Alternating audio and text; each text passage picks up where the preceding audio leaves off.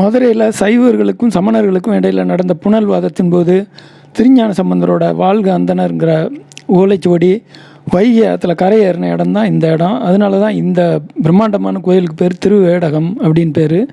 இதில் உள்ள மூலவருக்கு பேர் திருவேடகநாதர். அற்புதமான பிரகாரங்கள், மண்டபங்கள் மற்றும் கருவறைகள் கொண்ட பழங்காலத்திய தொன்மை வாய்ந்த கோயில் இது. வரலாற்று சிறப்பும் மிகுந்திருக்கு.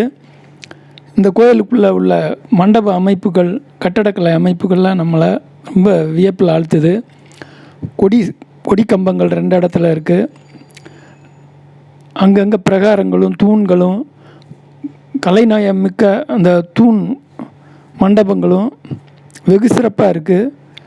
இங்கே அது நல்ல அதிர்வுகள் நல்லா கிடைக்குது. மூலவரோட கருவறையை பார்க்குறீங்க. அதுபோக இங்கே திருஞான சம்பந்தரோட திருவாசக ஏடு தங்கத்திலேயே முதல் முறையாக தமிழகத்தில் கிடைக்கப்பட்டிருக்கு. அந்த படத்தையும் பார்க்குறீங்க. பஞ்சபூத சக்திகள்னு சொல்லக்கூடிய இயற்கை சக்திகள் ரொம்ப அபரிமிதமாக அந்த கட்டடத்துக்குள்ளே கிடைக்கிற மாதிரி இந்த கட்டுமானம் அமைஞ்சிருக்கு.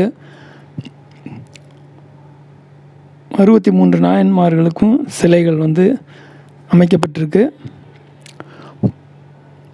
இயற்கை சக்திகள் ஒருங்கே கிடைக்கிற மாதிரி, அதாவது வாஸ்து பலம் அதிகம் கிடைக்கக்கூடிய அளவுக்கு செவ்வக வடிவத்தில் கட்டப்பட்ட உன்னதமான கோயில் தான் இது. அந்த காலத்திலே பர்கோலான்னு சொல்லக்கூடிய இந்த கால கட்டடக்கலை அமைப்பு அப்போவே வெகு சிறப்பாக அமைக்கப்பட்டிருக்கதை நீங்கள் வீடியோவில் பார்க்கலாம். ஒளி, காற்று, நீர், மழை எல்லாமே ஒருங்கே இந்த கோயிலுக்குள்ளே இந்த அமைப்பில் கிடைக்கும். அதை